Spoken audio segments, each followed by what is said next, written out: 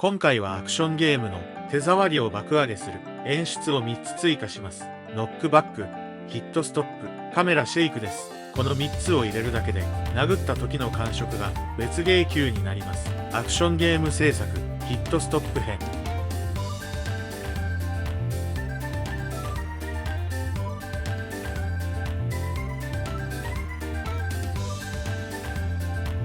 ノックバックする力。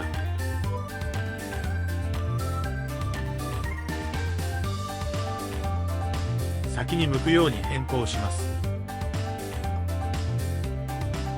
後ろに飛ばす方向を取得します。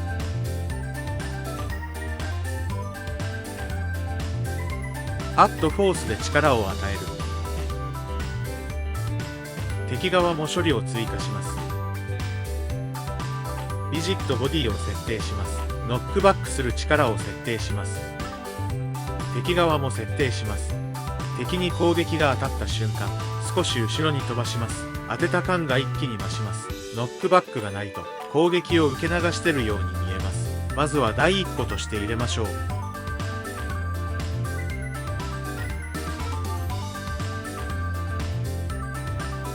ノックバックの後にヒットストップを呼びます。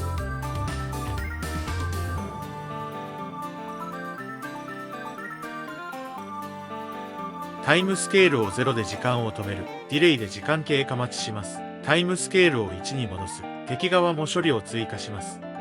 ゲームの時間を一瞬だけ止める演出です。これがあるだけで重さが出ます。時間を止めると一気にパンチ力が増します。ゲームの体験として最もコスパ良い演出です。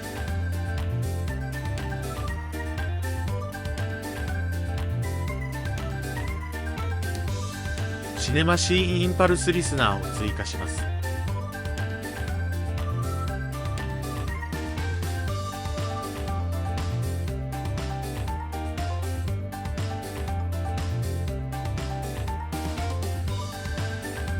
シネマシーンインパルソースを追加します。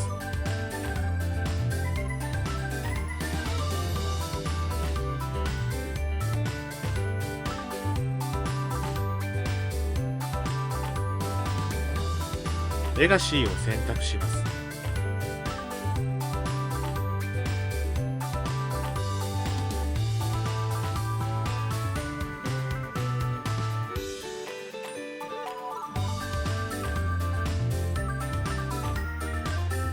アンプリチュードゲイン、フリークエンシーゲインを設定します。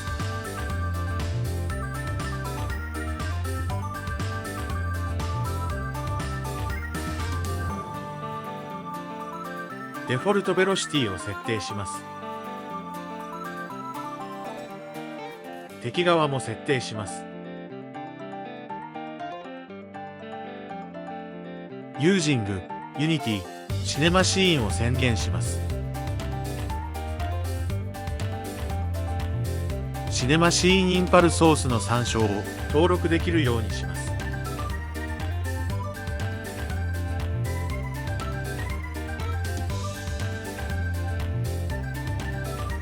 カメラシェイクを呼びます。ジェナレイトインパルを呼び出します。敵側も処理を追加します。シネマシーンインパルソースを設定します。敵側も設定します。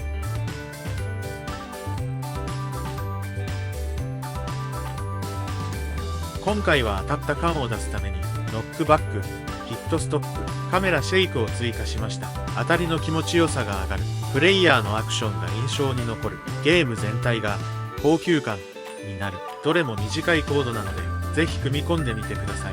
揺れすぎると酔うので弱く、短く、一瞬だけを意識してください。